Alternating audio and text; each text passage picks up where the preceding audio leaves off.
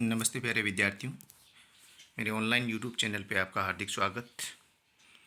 आज हम बात करते हैं कक्षा 10 के विज्ञान विषय के अध्याय 2 अम्ल, क्षार एवं लवण। इसके मुख्य बिंदु हैं, उनको हम कवर करने की कोशिश करेंगे। सर्वप्रथम है अम्ल और क्षार। अम्ल और क्षार की एक इंडेक्स दी हुई है, एक सारणी दी हुई है। इसका हम तुलनात्मक अध्ययन करेंगे। देखिए, अम्ल क्या होते हैं। अम्ल ये स्वाद में खट्टे होते हैं। क्षार है वो स्वाद में कड़वे होते हैं। अम्ल है वो नीले लिटमस पत्र को लाल कर देते हैं, जबकि क्षार है वो लाल लिटमस पत्र को नीला करते हैं। अम्ल जलीय विलयन में H+ आयन अथवा H3O+ आयन, जिसे हाइड्रोनियम आयन कहते हैं, देते हैं, जबकि क्षार जो है वो जलीय विलयन में OH- आयन देता है। अम्ल के कुछ उदाहरण दिए हुए हैं। HCl जिसको हाइड्रोक्लोरिक अम्ल कहते हैं, H2SO4 जिसको सल्फ्यूरिक अम्ल कहते हैं, HNO3 यानी नाइट्रिक अम्ल, H3COOH एसिटिक अम्ल। कुछ क्षार के एग्जाम्पल दिए हुए हैं। NaOH sodium hydroxide, KOH potassium hydroxide, CaOS2 calcium hydroxide और NH4OH यानी अमोनियम हाइड्रोक्साइड। तो ये था अम्ल और क्षार की परिभाषा, उनके अंतर और उनके कुछ उदाहरण। इसमें जो क्वेश्चन बनता है हमेशा पूछा जाता है अम्ल और क्षार से आप क्या समझते हैं। यदि छोटा क्वेश्चन पूछा जाता है कि उसकी केवल परिभाषा लिखनी है। यदि अंतर पूछा जाता है तो ये सारणी बनानी है, इसके साथ उदाहरण भी दिए हुए हैं। तो इस उदाहरण को भी अम्ल और क्षार में हमें याद करना है। लिटमस विलयन। देखिए, लिटमस विलयन क्या होता है। ये बैंगनी रंग का रंजक होता है। इसे थैलोफाइटा समूह के लीचेन पौधे से निकाला जाता है। यानी लिटमस विलयन है वो थैलोफाइट्स प्लांट होते हैं। उन प्लांटों के एज जूस होता है, उनको निकाल करके बनाया जाता है, जिसे लिटमस विलयन कहते हैं। फिर है सूचक या इंडिकेटर। देखिए, पदार्थ के अम्लीय व क्षारीय प्रकृति की पहचान करने में उपयोग आने वाले पदार्थ यानी सूचक क्या होते हैं। सूचक का मतलब होता है पदार्थ अम्लीय है या क्षारीय, इसकी सूचना देने वाले जो पदार्थ होते हैं वो सूचक कहलाते हैं। ये पदार्थ के अम्लीय और क्षारीय गुण धर्म की व्याख्या करने वाला पदार्थ होता है, जिसको इंडिकेटर कहते हैं। इसे थैलोफाइटा समूह के लीचेन पौधे से निकाला जाता है। तो ये था सूचक। ये बोर्ड में एक बार क्वेश्चन पूछा गया है कि सूचक क्या होते हैं। इसके आगे और हम पढ़ते हैं कितने प्रकार होते हैं। देखिए, सूचक के प्रकार 3 प्रकार दिए हुए हैं। प्राकृतिक सूचक, संश्लेषित सूचक और गंधीय सूचक। पहला है प्राकृतिक सूचक, जिसके उदाहरण दिए हुए हैं लिटमस, हल्दी, लाल पत्ता गोभी और जेरानियम। ये प्राकृतिक सूचक हैं, प्रकृति में अवेलेबल होते हैं, इनको बनाना नहीं पड़ता है। दूसरा है संश्लेषित सूचक। संश्लेषित सूचक जिसमें 2 एग्जाम्पल दिए हुए हैं, मैथिल ऑरेंज और फिनोप्थेलिन। ये दोनों एक बार बोर्ड में पूछा गया था कि 2 संश्लेषित सूचक है, उनके उदाहरण लिखिए। तो ये अपने को दोनों याद करने हैं। गंधीय सूचक जिसकी सूचना हमें गंध के माध्यम से मिलती है। प्याज, लौंग और वेनिला।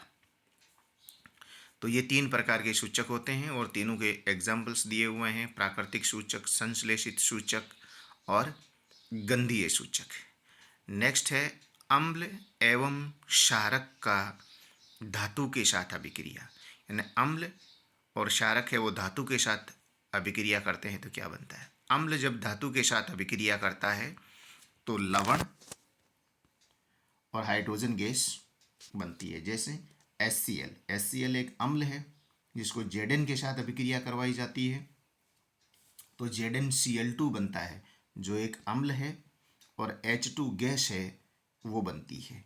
तो यदि ये क्वेश्चन पूछा जाता है तो इस प्रकार पूछा जाता है कि अम्ल और क्षारों की धातुओं के साथ अभिक्रिया करने पर क्या प्राप्त होता है। तो अम्ल और क्षार है वो जब धातुओं के साथ अभिक्रिया करती है तो लवण और हाइड्रोजन गैस प्राप्त होती है।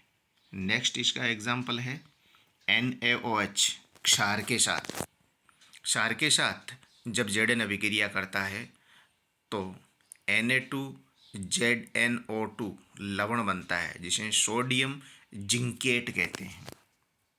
इसे क्या कहते हैं, सोडियम जिंकेट, और वही हाइड्रोजन गैस बनती है।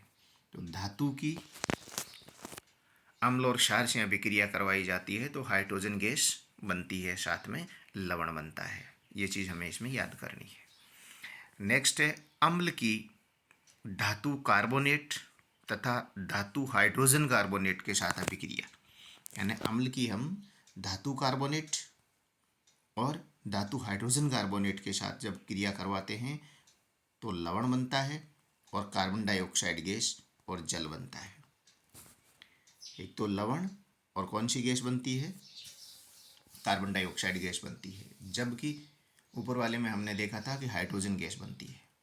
अब एग्जाम्पल्स देखिए, सोडियम कार्बोनेट, सोडियम कार्बोनेट की अम्ल के साथ अभिक्रिया करवाई जाती है तो NaCl साधारण नमक है वो बनता है, कार्बन डाइऑक्साइड गैस बनती है और जल बनता है।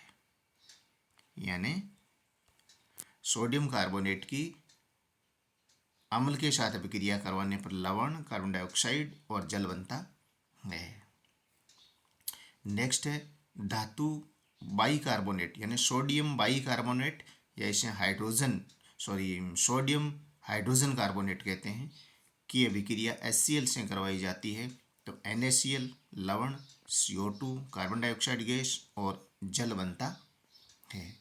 तो दोनों के अलग अलग एग्जाम्पल दिए हुए हैं,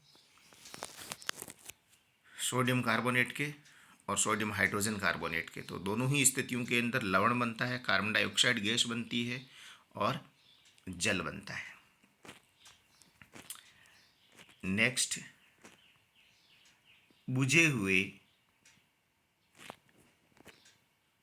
पानी का टेस्ट, यानी बुझे हुए चूने के पानी की बात कर रहा है ये।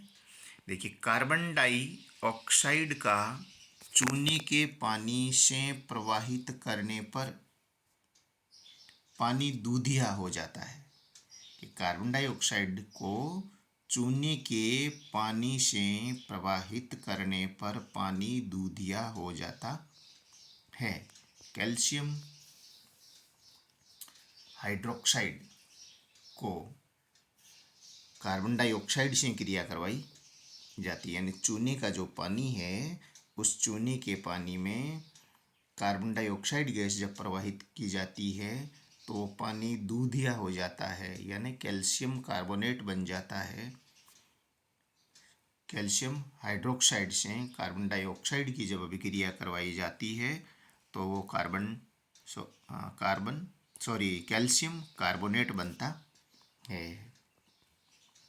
और यदि इसको अधिक मात्रा में कार्बन डाइऑक्साइड प्रवाहित करते हैं तो क्या बनता है, तो कैल्शियम कार्बोनेट में कार्बन डाइऑक्साइड की आधिक्य होती है, अधिक मात्रा होती है, तो CaHCO3 का वोल्टवाइज, यानी कैल्शियम हाइड्रोजन कार्बोनेट बनता है।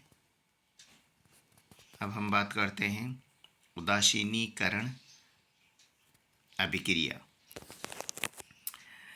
देखिए, उदासीनीकरण अभिक्रिया किसे कहते हैं, वह अभिक्रिया जिसमें अम्ल व क्षार परस्पर क्रिया करके क्या बनाते हैं, लवण बनाते हैं।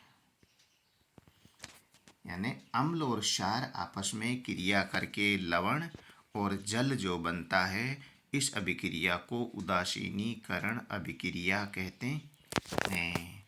एक एग्जाम्पल दिया हुआ है नीचे, HCl अम्ल, NaOH क्षार, दोनों की अभिक्रिया करवाई जाती है तो NaCl लवण और H2O जल बनता है। हाइड्रोजन क्लोराइड की या हाइड्रोक्लोरिक अम्ल की सोडियम हाइड्रोक्साइड से अभिक्रिया करवाई जाती है तो सोडियम क्लोराइड प्लस जल बनता है। ये अभिक्रिया उदासीनीकरण अभिक्रिया कहलाती है। अब क्षार, जल में घुलनशील क्षारक को क्षार कहते हैं।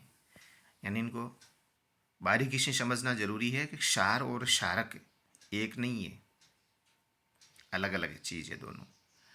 क्षार वो होते हैं जो जल में घुलनशील क्षारक को क्षार कहते हैं। जो जल में घुलनशील होते हैं जो क्षारक, उनको क्षार कहा जाता है। तनुकरण क्या होता है? जल में अम्ल या क्षार मिलाने की प्रक्रिया है, वो तनुकरण कहलाती है। यानी अम्ल और क्षार में यदि जल की मात्रा बढ़ती जाती है या जल की मात्रा को हम बढ़ाते हैं तो ये तनुकरण कहलाता है। इस प्रक्रिया में आयन यानी H+ आयन और OH- आयन की सांद्रता में प्रति इकाई आयतन की कमी होती है। अर्थात साधारण भाषा में हम बात करें तो इसमें जल की मात्रा है वो प्रति इकाई आयतन में बढ़ जाती है, या यूं कहेंगे H+ आयन की मात्रा कम हो जाती है, या यूं कहेंगे OH- की मात्रा या सांद्रता जो है उनकी कंसंट्रेशन है वो कम हो जाती है, तो वो तनुकरण कहलाता है। और यदि प्रति इकाई आयतन में इन आयनों की जो सांद्रता है वो बढ़ जाती है तो उसको सांद्रीकरण कहा जाता है। नेक्स्ट है अम्लों की धात्विक ऑक्साइडों के साथ अभिक्रिया। अम्लों की धात्विक ऑक्साइडों के साथ अभिक्रिया। धातु ऑक्साइड अम्ल के साथ अभिक्रिया करके लवण और जल बनाता है।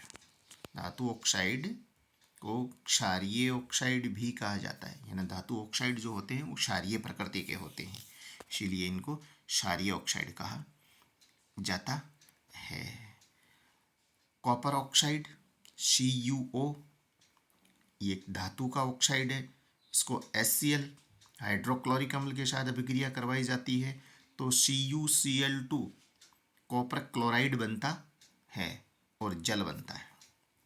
यानी धातु ऑक्साइडों को अम्ल के साथ अभिक्रिया करवाने पर लवण बनता है। नेक्स्ट बात करते हैं क्षारक की अधात्विक ऑक्साइड के साथ अभिक्रिया। क्षारक की अधात्विक, क्षारक को जब अधात्विक ऑक्साइड से अभिक्रिया करवाते हैं तो प्रोडक्ट वही बनता है, लवण और जल। अंतर ये होता है कि अधात्विक ऑक्साइड है वो अम्लीय प्रकृति के होते हैं, जबकि पिछले जो हमने पढ़े थे वो क्षारीय प्रकृति के होते हैं। धात्विक ऑक्साइड है वो क्षारीय प्रकृति के, जबकि अधात्विक ऑक्साइड है वो अम्लीय प्रकृति के होते हैं। जैसे CaOH2 कैल्शियम हाइड्रोक्साइड को कार्बन डाइऑक्साइड गैस है जो एक अधातु ऑक्साइड है से अभिक्रिया करवाते हैं तो लवण बनता है, यानी कैल्शियम कार्बोनेट CaCO3 बनता है और H2O जल बनता है। अब है अम्लों और क्षारकों में समानताएं क्या होती है। अम्ल जलीय विलयन में H+ आयन देते हैं तथा क्षार विलयन में OH- आयन देते हैं। चूँकि विलयन में विद्युत धारा का प्रवाह आयनों द्वारा होता है, इसलिए अम्ल व क्षार आयन देने के कारण विद्युत के चालक होते हैं। यानी दोनों के अंदर समानता क्या है कि दोनों जलीय विलयन में अम्ल है वो H+ आयन देता है, क्षार है वो OH- आयन देता है, और दोनों के ही जलीय विलयन में जब विद्युत धारा को प्रवाहित किया जाता है तो ये विद्युत का चालन करते हैं, क्योंकि विद्युत का चालन आयनों के माध्यम से होता है और इनमें H+ और OH- आयन होते हैं। इसके एग्जाम्पल की बात करते हैं। HCl ये एक अम्ल है जिसको हाइड्रोक्लोरिक अम्ल कहते हैं। H2O जल के साथ अभिक्रिया करवाते हैं तो H3O+ हाइड्रोनियम आयन बनता है और Cl- यानी एक धनायन और एक ऋणायन बनता है। अर्थात यूं कह सकते हैं कि HCl का जल के अंदर आयनीकरण हो जाता है H+ और OH- के रूप में, H+ Cl- के रूप में हो जाता है। नेक्स्ट है NaOH की H2O के साथ अभिक्रिया। जब धातु को जल के साथ सोडियम हाइड्रोक्साइड तो Na+ और OH- बनता है। H2O का आयनीकरण होता है कुछ तो H+ बनता है। तो इस प्रकार इनका धनायन और ऋणायन में आयनीकरण हो जाता है। H+ H2O के साथ जुड़ता है तो H3O+ बना लेता है, जिसको हाइड्रोनियम आयन कहते हैं। अब बात करते हैं प्रबल अम्ल किसे कहते हैं। प्रबल अम्ल, प्रबल क्षार, दुर्बल अम्ल, दुर्बल क्षार। ये एक बार बोर्ड में पूछा गया क्वेश्चन था, जिसमें ये पूछा गया था कि किन्हीं दो दुर्बल क्षारों और दुर्बल अम्लों के उदाहरण दीजिए। तो दुर्बल का पूछा था, तो ये प्रबल के भी पूछ सकते हैं। तो ये चारों जो इनकी परिभाषाएं और एग्जाम्पल हैं वो हमें याद करने हैं। देखिए प्रबल अम्ल। प्रबल अम्ल किसे कहते हैं? जो अत्यधिक संख्या में H+ आयन देते हैं। जो क्या करते हैं? बहुत तीव्र मात्रा में, अधिक मात्रा में और त्वरित मात्रा में H+ आयन देते हैं, वो प्रबल अम्ल कहलाते हैं। तो दुर्बल इसका अपोजिट होगा। ये अधिक देते हैं तो दुर्बल अम्ल क्या करते हैं? कम देते हैं। जो कम संख्या में H+ आयन देते हैं वो क्या कहलाते हैं? दुर्बल अम्ल कहलाते हैं।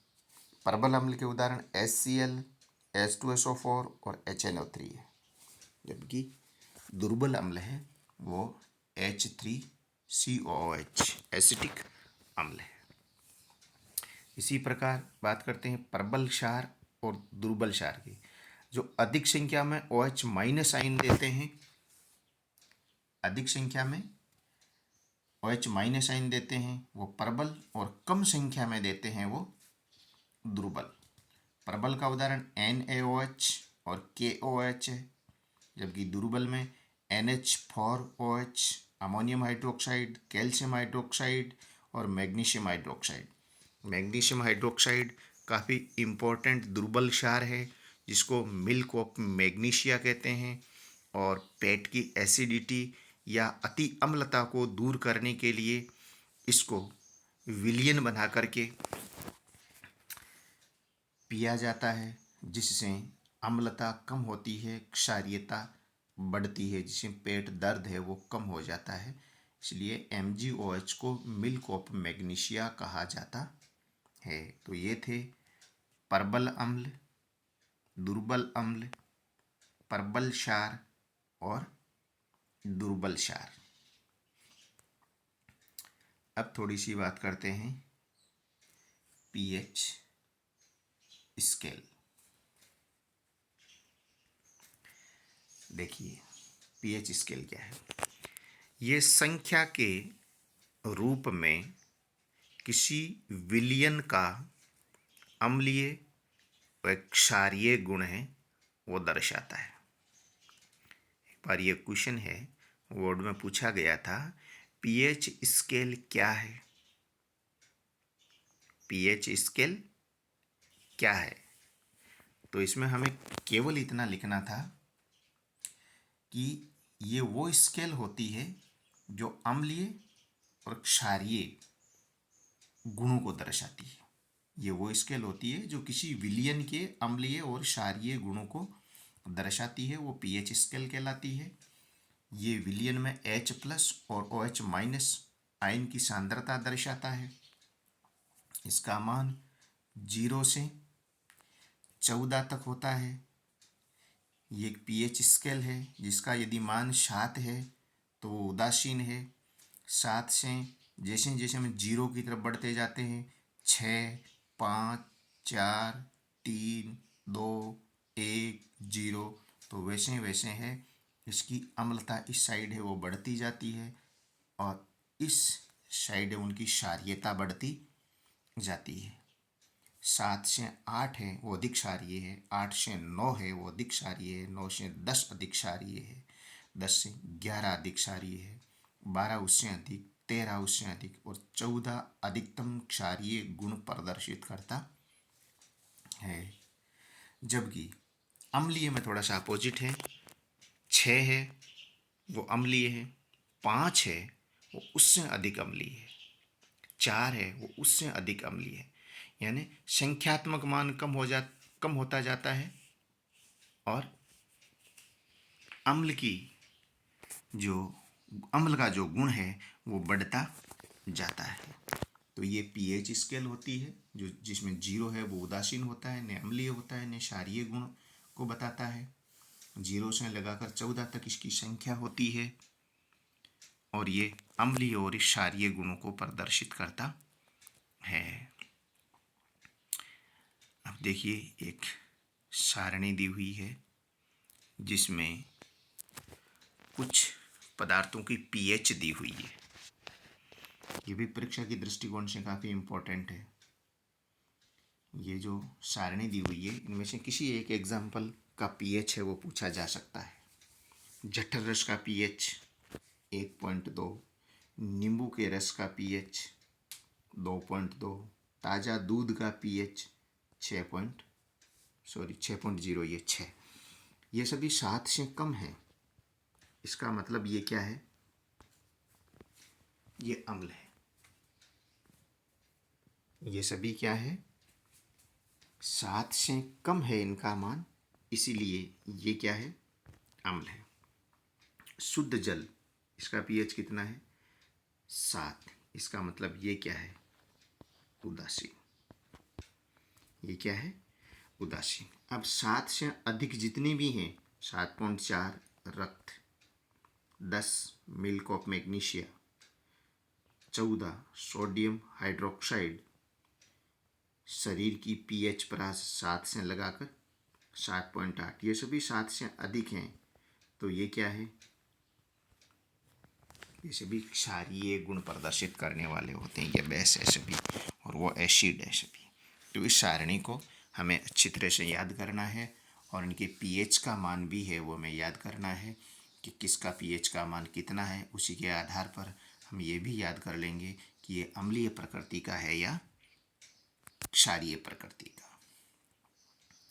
थोड़ा सा आगे चलते हैं और हम ये पढ़ते हैं कि अम्लीय वर्षा क्या होती है, कितना इसका पीएच होता है। बहुत बार ये क्वेश्चन छोटी क्लासों में भी पूछा जाता है कि अम्लीय वर्षा क्या है।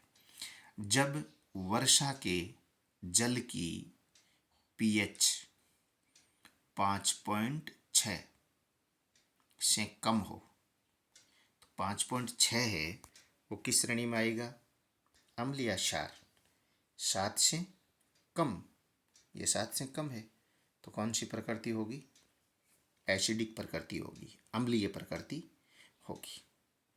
तो जब वर्षा के जल का जो पीएच है वो कितना हो जाता है, 5.6 से कम हो जाता है, तो वो वर्षा है वो अम्लीय वर्षा की श्रेणी में आती है।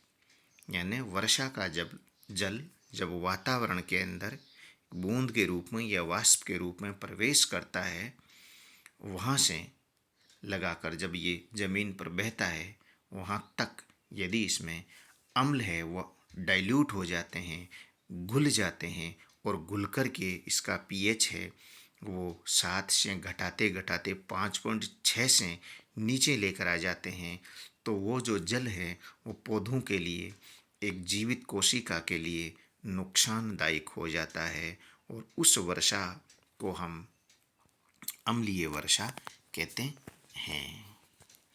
नेक्स्ट है दंत क्षय, यानी दांतों का क्षय होना, नष्ट होना, नुकसान होना।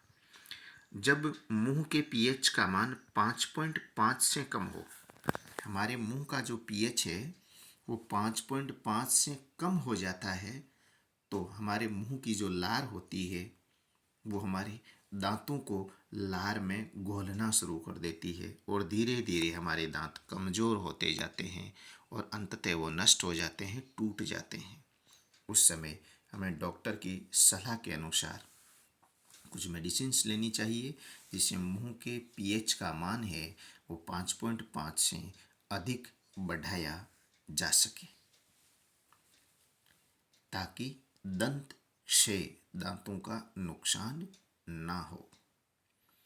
दांतों का इनामेल जो कैल्शियम फॉस्फेट का बना होता है, जो शरीर का सबसे कठोर पदार्थ है। बहुत अच्छी बात लिखी है कि हमारे जो दांत होते हैं वो किसके बने होते हैं? Calcium phosphate Ca3PO4 calcium phosphate के बने होते हैं, जो हमारे शरीर की सबसे कठोर पदार्थों की श्रेणी के अंतर्गत आता है। इसीलिए ये कठोर से कठोर चीज़ को चबाने में सक्षम होता है। लेकिन यदि पीएच का मान 5.5 से कम हो जाता है तो इन दांतों को भी हमारी लार है, मुंह की लार, वो नुकसान पहुंचाती है और इसके पीएच के मान को कम होने के, पीएच का मान कम होने के कारण दांतों को नुकसान पहुंचाती है। इसीलिए मुंह का पीएच का मान 5.5 से कम नहीं होना चाहिए। तो मुंह का पीएच 5.5 से कम होने पर इनामेल जो परत है वो मुंह की लार के साथ डाइल्यूट हो जाती है। तो अब है मुंह का पीएच 5.5 से कम होने पर इनामेल से हारित होने लगता है, यानी घुलने लगता है। तो ये था दूसरा लेसन। आज इतना ही। Next video part 2, lesson number 2 के पार्ट 2 में बाकी जो वीडियो है, इसका जो मैटर है वो आपको मिलेगा। आज के लिए इतना ही। धन्यवाद। इस चैनल को आपने अभी तक यदि सब्सक्राइब नहीं किया है तो ज़रूर सब्सक्राइब करें। Thank you.